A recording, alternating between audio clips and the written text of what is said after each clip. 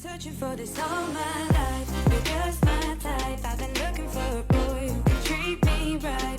Your dark hair, because eyes so bright. Hello, everyone. Welcome back to Scheananigans. Today is solo Scheananigans with Scheana. So I have been so busy lately, and the next couple of weeks coming up, I do have some fun guests coming up in the next couple of weeks. Crystal Minkoff is going to be here after BravoCon. We will be recapping our weekend, talking about Real Housewives of Beverly Hills. But this week, we have fam in town from Australia, and I was like, you know what?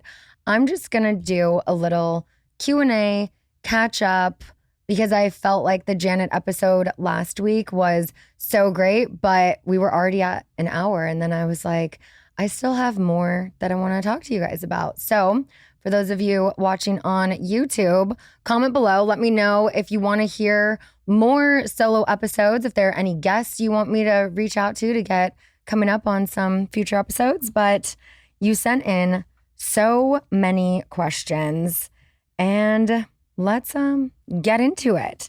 So there's VPR related. We've got some career, some health, little Dancing with the Stars, some questions about other cast members, podcasts, and whatnot. But I figured let's just do a little bit of all of it. So first question I got was, if I could go back to any season of VPR, which season would I choose and why?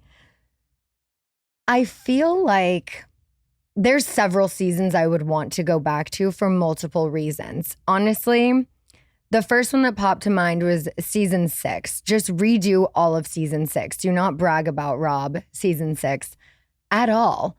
But then I thought about it, and honestly, even more so than that, I wish I could go back to season 5 and be more open about what was going on in my relationship, because I feel like it's so important to be just open and honest with things going on in our lives. And that's what I love so much about doing this podcast, is being able to talk to you guys about all of the things that you don't necessarily see on the show.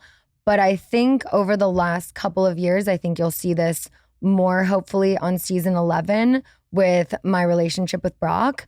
I feel like I'm more comfortable being open and showing not just the perfect side, or I'm not perfect, trying to be perfect side.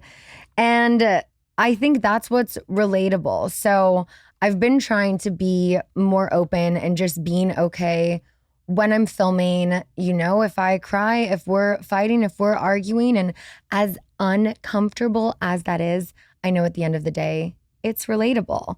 So I wish I could go back to season 5, because Shay and I were not in a good place.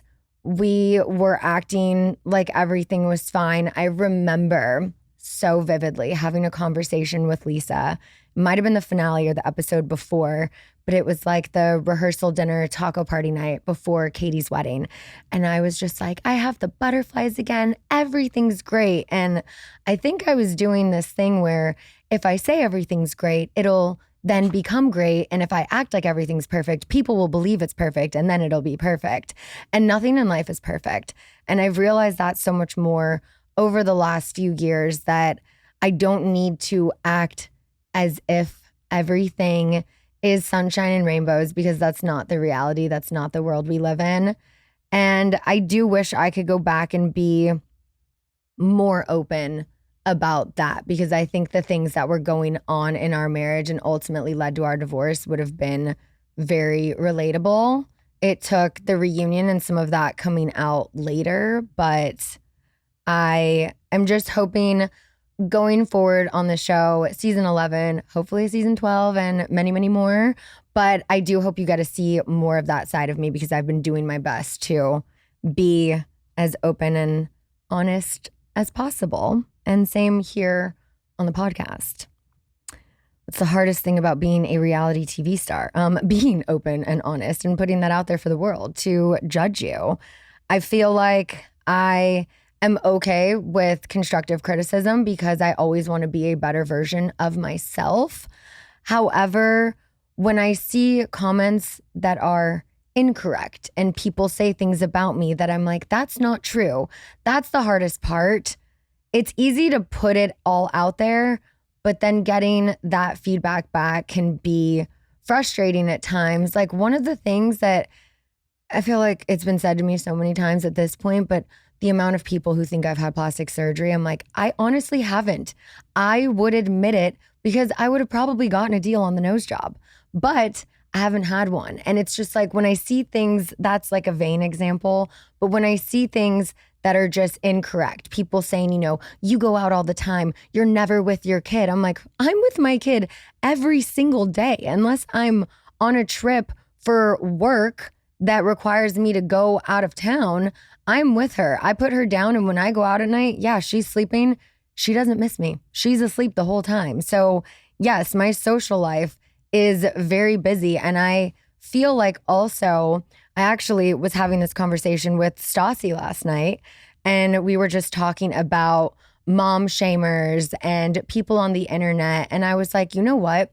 At the end of the day, you have to do what's best for you and your mental health, because that is going to make you the best version of yourself for your kid. If that means going to an event, if that means, a mom doesn't want to breastfeed, if that means a mom wants to stay home 24/7, if that means a mom wants to put her kid in preschool at a certain age, whatever that may be, I think moms know best. You know what's best for your body. You know what is going to be best for your kid. And that is you being in the strongest mental space.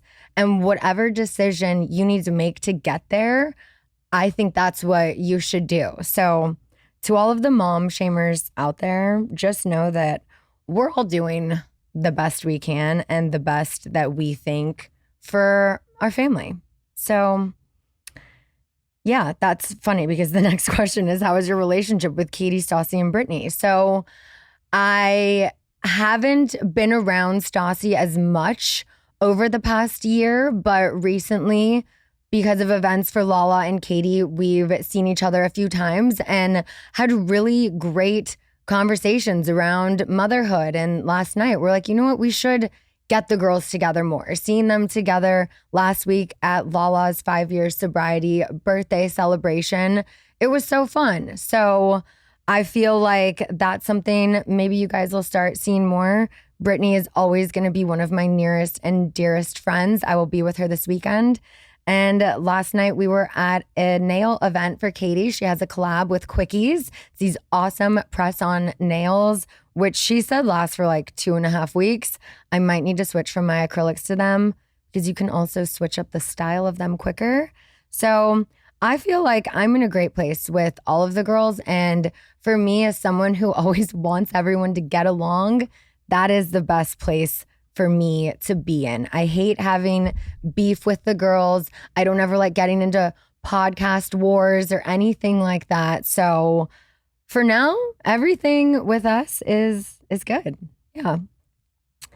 How did you feel about Lala's Bangin or Busted segment at her live show with Stassi? I'll keep this brief because Lala and I have spoken about this. I wasn't at the show.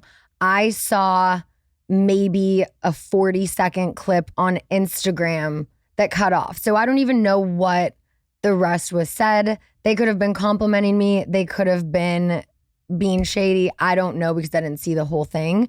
I just said to Lala, if it were me, I would, no matter what, say my friends are banging. I wouldn't pick apart a part of their look to say they were busted. So for that, I'm like, I get it. You were just trying to do a fun watch what happens live style game. But in a room full of 500 people who, were maybe laughing at me, that's not my style, but to each their own.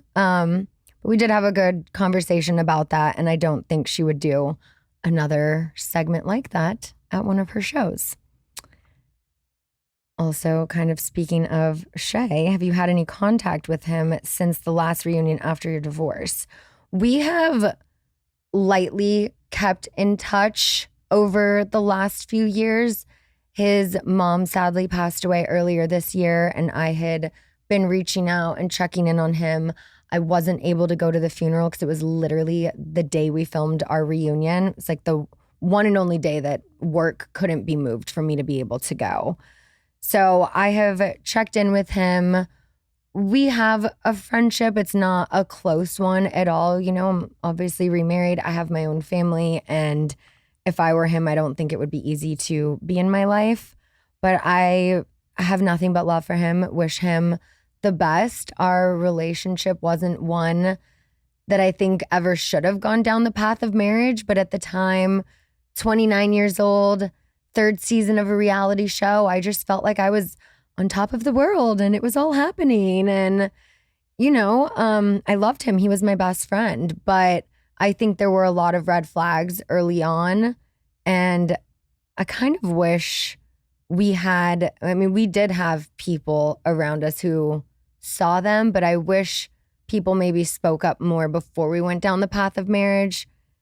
But he was my ride or die. That was my best friend. And I thought, this is what you do. You marry someone from back home, someone from high school, someone who is your best friend at the end of the day. And that's not always how it should be. That doesn't always work out. But nothing but love for him and his family. What do you see yourself doing after VPR? Well, to be honest, I hope VPR goes on for a very long time because I love getting to do a job where I get to be me and show my life and put things out there that are relatable to the world. I really love most everything about this job. Ideally, a career. I like to always use Garcelle as an example. Someone who's on a reality show. She's an actress. She's a TV host. I mean, she does it all. That, at the end of the day, would be the ultimate goal. I would love to use my broadcast journalism degree and do some more hosting. It's like I get a little bit of that on this podcast, but a dream job for me would be to wake up in the morning, go to a studio, get my hair and makeup done, have a teleprompter, and then get to go home. Where it's like I still get to be me, but I don't have to necessarily put my life out there for that part of my job. I could do that on the reality show, but to be able to wake up and go into a studio, and I love a teleprompter. That is one area that I hope one day I can get a job where I just get to read a teleprompter and talk to the camera, because I think that is something I'm good at, but I haven't done enough of because I've been so blessed to be on this show for 11 years. I would also, honestly, I was talking to the guys in the 27s. I would love another Vegas residency. I felt like that was a great time in my life when I needed a reset after a divorce and a breakup. I really needed that to just kick my confidence back and just completely restart where I was at in my life. I feel like now I wouldn't do that type of show again. I mean, it was very much a single girl fun type of show. But if I was able to get a Vegas residency with the band and do kind of a live Scheananigans, but also music show, that would be so fun. So there's so many things I want to do after VPR, but I think ultimately I can do it all, and I will. So, just keep staying on this journey with me, and hopefully we eventually do it all. Oh, Danny Elm, love your podcast. You do an awesome job every time. How do you prep for each guest? So it's a little different now. The last few months, I have an amazing team who helps me prep my shows. I feel like I'm great at doing the hosting. I'm not always great at doing the research. If it's someone I know, if it's a show I watch, I think I talked about this a little bit on the Bryn episode. She was like, okay, Jessel. I was like, no. I have a note in my phone where if I'm watching a season of a show, I have one right now for Rachel from Bachelor in Paradise, because I've been wanting to get her on my show since she did The Bachelorette. So I've had a note in my phone for a while now. She's a friend of mine. Whenever time allows it, I'm going to have her on Scheananigans. But if there's something I see on the show, I just make a note of it. And then what Mark and I will do is kind of combine our notes together on this nice little paper. It's nicely prepped for me. And that kind of keeps me in order, and it really helps my OCD because I'm not a great prepper all the time with this stuff. And it does help when I have someone else do some of this for me, because also when I'm at home, I do try to spend as much time with Summer and as much time off my phone. When I'm out and I'm working, that's my time to grind. But when I'm home, I try to just not text back. I've been better about that too. For my OCD, it's my exposure therapy, to be honest. When I see I have so many emails or texts, but I'm just like, it's okay. This is time for your daughter. Put the phone away. Your OCD can deal with this later. So having a good team around me who knows what I need to make my jobs easier has really helped me. My sister is another person in my life who helps me so much, so I can just focus on being a mom when I'm at home and not have to do all of the content and the tags and the research and the this and the that. So that's a little bit how I've been prepping. Also, whenever Janet hosts a show with me and Jamie, they are great with doing that too. But I am like a Jessel, and I do keep a running tab of notes in my phone of things that I like to talk about. Favorite part of your live show? Any plans for future shows or a tour? So I will be doing a live show in Australia. I think the date is going to be December 29th, actually, at the Beyond the Valley Festival. We were going back and forth between the 28th and the 29th, but I think the final one is the 29th. I will post more about that. Rufus Du Sol is headlining this festival. If you don't know who they are, oh my gosh. They are from Australia, but live in San Diego. They're one of my favorite groups. I've seen them as a band. I've seen them DJ. I'm obsessed with them. I never in a million years would have thought I would see my name on the same lineup as Rufus Du Sol, headlining the podcast stage. They're headlining the main stage. We're on the same night. It is a dream come true. So if you live in Australia, Melbourne is where the festival is at, Beyond the Valley. I had such a blast doing the show at the Bourbon Room.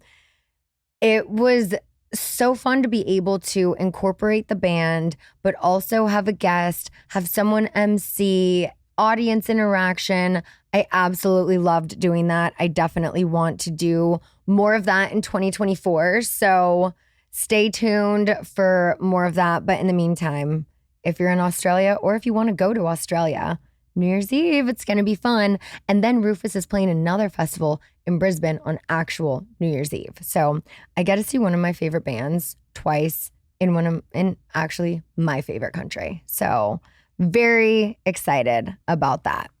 We're going to take a quick little break, and then I will be back with more of your questions. So it's no secret, this weekend is BravoCon in Las Vegas. And as excited as I am for BravoCon, there's one thing in Vegas I won't be doing, unfortunately, and that's Topgolf. It's golf. It's not golf. It's Topgolf. It's one of my favorite things to do in Las Vegas. And we just won't have time with BravoCon. But if you're in Las Vegas, if you're in Los Angeles, if you are anywhere that has a Topgolf, let me tell you, they've got all the stuff that makes them golf. The clubs, the balls, tees, turf, the ball picker-upper thing. I mean, they've got a whole bunch of stuff that's also not even golf. Loud music, giant targets in a giant fairway, giant TVs. And let me tell you, the best handcrafted food and beverage menu I have had at anywhere fun like this. It's fun for the fam. It's fun for the friends. Bring your girls, bring the boys. You don't have to be good at golf to love Topgolf. Also, they have Half Price Tuesday, which is a whole day each week dedicated to more play for less pay. So they do this thing on Tuesdays where all gameplay is half price, giving players more of a reason to come play around. So at Topgolf, we're all about play, but we even have some rules. Half Price Tuesday applies to gameplay only, isn't offered at every venue, and can't be doubled up with offers or discounts. I mean, it is already half price after all. Full details can be found at topgolf.com/goodasgold. All right. And another thing in Vegas this weekend is going to be Summer Moon's wardrobe. So I love getting new clothes for her all of the time, and she's always growing. So it's like her wardrobe constantly needs to be updated. Recently, I went and got so many cute things on Quince. They have so many luxury essentials at prices within reach. They create timeless classics that never go out of style. So you're going to have them in your closet forever if you're an adult, or if you're like Little Miss Summer Moon, you are going to definitely want to pass them down to generations because the fabric, the softness, I mean, they have Mongolian cashmere sweaters from like $50, washable silk tops and dresses, flattering pants. I mean, putting together any outfit just becomes that much easier. And the best part, all Quince items are priced 50 to 80% less than similar brands. Quince only works with factories that are safe, ethical, and responsible manufacturing practices and premium fabrics and finishes, which I absolutely love, especially when I'm dressed in Little Miss Summer Moon. I know that they have partnered directly with the top factories and cut out the cost of the middleman, which passes on the savings to us. So y'all can get affordable luxury with Quince. Go to quince.com/honey for free shipping on your order and 365-day returns. That's QUINCE.com/honey to get free shipping and 365-day returns. Quince.com/honey. Okay, so one thing that I did get a lot of questions about last week when Janet did my podcast and I didn't get a touch on was my OCD status and how I'm healing, what medication I'm on, and where I'm at in that journey right now. I've talked about microdosing, and I kind of just wanted to open up to you guys and tell you a little bit about where I'm at, because it started in the beginning of summer with Zoloft. And honestly, when I was on that, I felt very mentally strong. I did feel a little tired, but then the more I thought about it after I got off the Zoloft, I feel like I told myself I was tired because I had so many people say to me, well, doesn't Zoloft make you feel like a zombie? And I'm like, wait, oh my God, you're right. Maybe it does make me feel like a zombie. But then I'm like, or is it just you're a busy working mom who sometimes only gets 3 to 5 hours sleep, and that's why you're tired, and that's why you've upped your caffeine intake. It was also a time when we were filming full time. I was very busy. We film a lot of nights, and then Summer, no matter what, she doesn't care if mom was out at work, if mom was out drinking, if mom was at a festival. Summer doesn't care. She's still going to wake up between 6 and 7 a.m., bright-eyed and bushy-tailed, and I'm going to make her breakfast, or Brock's going to make her breakfast. And sometimes he's nice and lets me sleep in.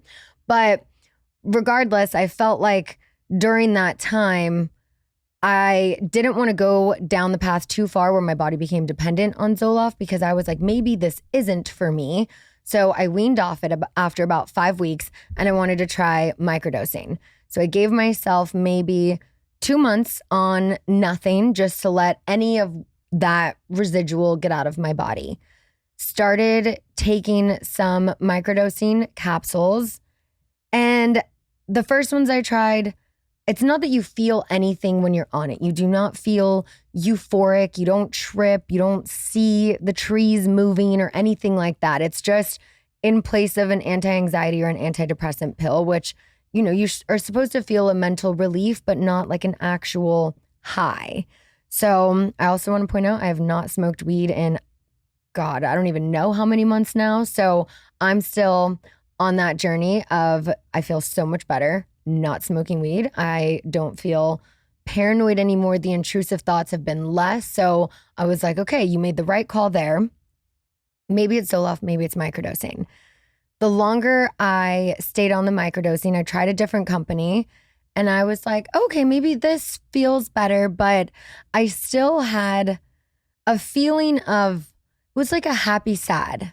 Maybe my moms out there can relate where there would be a moment I'm like dancing with my daughter and so happy that I'm like, this could all be taken away from me. And like, what if one day I'm not here, she's not here?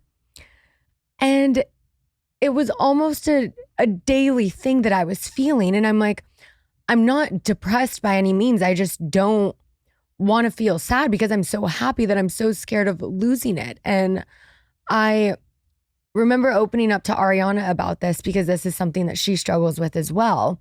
And so I'm like, this is something that also, I guess, people who aren't moms feel, but I feel like just when you become a mom and you have this other life you're taking care of, it's just a different level of that feeling. So I was hoping the microdosing would maybe help me not feel that. And there were still moments where it wasn't as much of a relief, honestly, as the Zoloft. And I'm like, maybe I haven't been on this long enough. Maybe it's not the right one. So then I decided to go and see Dr. Amen.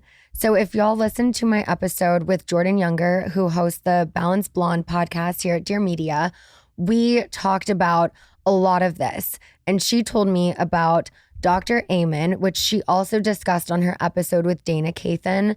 It was an incredible episode. It made me see Dana in an entirely different light. And after I then had Dana on my podcast, we have reached such a different level of friendship. It's incredible. We realize how similar we are in certain ways and with our OCD and anxieties. And it's been really great for our friendship. So Jordan put me in touch with Dr. Amen. And we recently went and we did all of these cognitive tests. I mean, it was like hours of brain tests. It was exhausting, answering hundreds of questions, family history, and all of this. We had to play this game where, I'm calling it a game, but the screen would pop up and every time you saw the letter X, you couldn't hit the space bar. But for every other letter, you had to hit the space bar. And my perfectionism that I've always tried to just strive towards, I was getting very frustrated because then it was like, okay, it's an A, it's a D, it's a C, oh, it's an X. And every time I hit the X, I was like, no, don't hit X. But I'm like, Scheana, you don't have to be perfect for the brain test, okay? It's supposed to be just however your brain works. So I actually think I did a pretty good job. When the woman came back in after, I was like, oh my God, I got 11 X's. And she was like, wow, that's incredible. Like only 11. And I was like, oh, okay. So I did good, but it's impossible, I think, to not hit any X's. So after I did that test, I then I put my Calm app on. I laid in, which I've never had an MRI or a CT scan before, but I think it was more similar to like a CAT scan. I laid on this table. They had this big circular thing around me that kind of moved, and they did a 20-minute brain scan. Brock and I then went and met with Dr. Amen about a week after the scans to go over all of our results. That is going to be on his YouTube channel very soon. I will also see if I can post the whole thing on mine or how I can go about sharing that. But it was fascinating what we learned with Dr. Amen. He showed us the difference of our brains, and it was insane. He was able to clearly see mine as an OCD brain and Brock's is an ADD brain. He said our brains could not be more different. And when he first started doing these type of scans, he said the first couple he saw whose brains were this different, he's like, y'all should get divorced. Like, this is crazy. Your brain chemistry is so far off. But through doing all of this work, he realized how he could balance people's brain chemistry. And I swear the last 2 weeks since we have been following Dr. Amen's orders, we've been on the supplements that he recommended for us. I'm on these Happy Saffron Plus pills. I'm on this Brain and Power pack. Brock is on his own Brain and Power Max pack to increase blood flow. He's probably going to get on Adderall for his ADD. but more part-time. He doesn't want to be on anything really full-time. So this will all be on his YouTube channel very soon. But over the past couple of weeks, I have felt so much more strong mentally, emotionally. I feel like Brock and I's communication has gotten better. And I just feel like we're in such a better place because of seeing Dr. Amen. So whatever these supplements are that we're on, they're working. I do not feel like I need to be back on Zoloft because I feel better than when I was on that. So through this journey of trying to find what's right, what's wrong, what works, what doesn't, I think I'm on the right path. I have my Happy Brain app I check into at the end of each day, asks like 7 questions. You rate yourself, how you're feeling, your mood, and it's been really great for us. He gave us 2 books that he wrote. One is about raising mentally strong children, and the other is about changing your brain. And yeah, so I will continue talking to you guys about that journey, but I cannot wait to see I can wait to see the YouTube because I pretty much just cried the entire time. But since then, other than crying a few seconds ago, because every time I tell that story, I just it makes me sad that I feel that way when I'm with her sometimes. But now, over the past couple of weeks, I've just felt so much better. So I will continue talking to you guys about my mental health journey, but feeling pretty damn good. So enough with that stuff. Let's talk about some fun stuff. My bestie is on Dancing with the Stars, and she is crushing it. I got some questions about who's my fave other than her on Dancing with the Stars, but also how did I get my ban lifted? So let me tell you, when I went to the first episode this season, after I went last season, I know I've talked about this on the podcast, it's been on the vlog. For those of you who didn't hear about that, long story short, 5 years ago, I had a weed pen in my purse. They said I couldn't bring marijuana onto federal property. They took my ID. They put me in their system. They said I was banned, and I thought it was a lifetime ban to never come back. I've now found out it was only a 90-day ban, so I could have been going back to the show, but I was terrified to go back. When Teresa and Heidi D'Amelio and Shangela, all of these people I knew were on Dancing with the Stars last season. Gabby, I wanted to go back to the show, so I did. My name was still on the list, but I thought they fixed it. I go this season to the premiere, and I went through a different security that day. They let us check in on the lot, not through the gate. And they just checked my name on the list, not in the computer system. So I was like, cool, we're good. We're finally good. No. Week 2, I missed. I was in New York. Week 3, I go back. I check in the normal way. And they're like, sorry, ma'am, your name matches the name of someone who's not supposed to be here. And I'm like, of course. So they get security, and they're like, are you the weed girl? I'm like, yes, I am. I'm the weed girl. And they're like, don't worry, it was only a 90-day ban. I was like, what? I didn't come to this show for the last several seasons because I thought it was a lifetime ban. It's like one of my mom's favorite shows to come to. And I was like, Mom, we're never going back. I'm never going to be on the show. We can never go back. I'm banned for life. I can never act on the CBS lot. Like, I'm banned. No, it was only a 90-day ban. So they were like, we're so sorry this is happening again. The person who can lift the ban already left for the day. We promise the next time you come back, it'll be lifted. Week 4, I come back. It's lifted. They finally did it. I'm free to go back to Dancing with the Stars whenever. So I missed it this week because I had another show. Kevin, my guitar player in the 27s, is playing bass for Kenny Hoopla right now. I had that show, and I was like, I can't do both because I can't take that much time away from my kid on an off day. My schedule has been so busy. I kept my Tuesdays open for the entire season of Dancing with the Stars because I'm like, I'm going every week, front row. I want to be there supporting her. And after week 4, I'm like, this is actually time consuming, and it is a lot to come every week. So maybe I can do every other week. And if I have another event at night, I just can't take that much time away from Summer. I need to be there to be home for her, to spend as much time with her as possible. These developing years are so important. And unless it is work, I'm trying to say no more to social events unless it's after I put her to bed, because I just don't want to miss time with my daughter to go out and have fun. It's just not worth it to me. But anything after 8:30, 9 p.m., sign me up. I'm good on little sleep. Faves other than Ariana.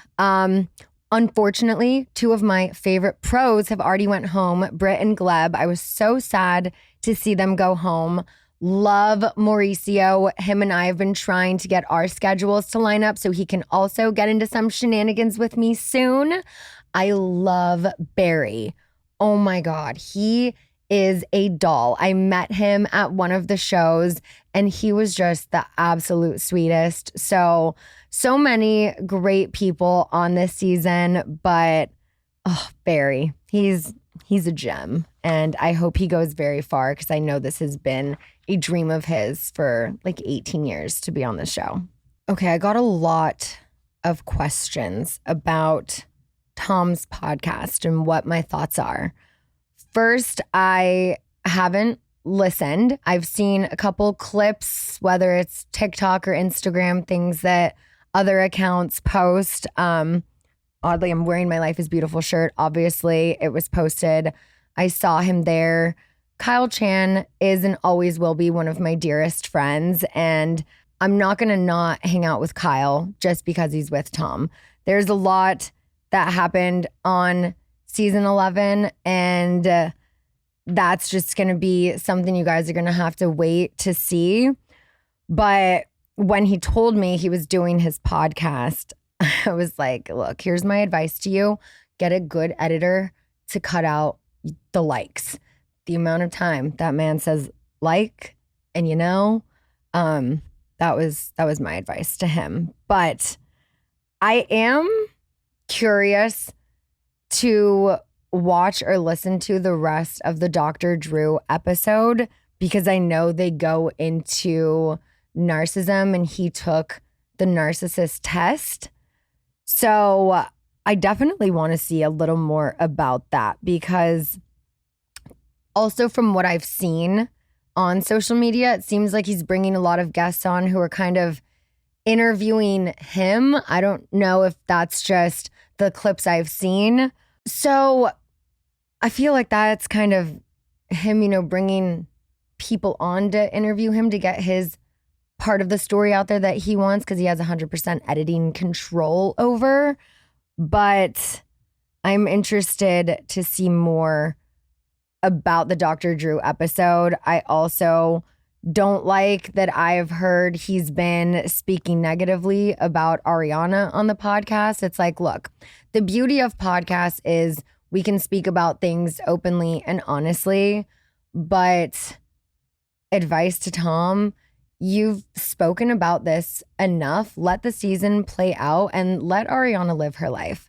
Stop talking about the personal details of y'all's relationship. Stop trying to defend what you did. Stop trying to double down. Just be remorseful and just let her live her life. You don't need to use her for content for your podcast. If you have interesting enough guests, you should have interesting enough things to talk about without her. So I have not listened to any of it because I'm sorry, I don't want to listen to something where I hear someone trashing my best friend who I care so much about.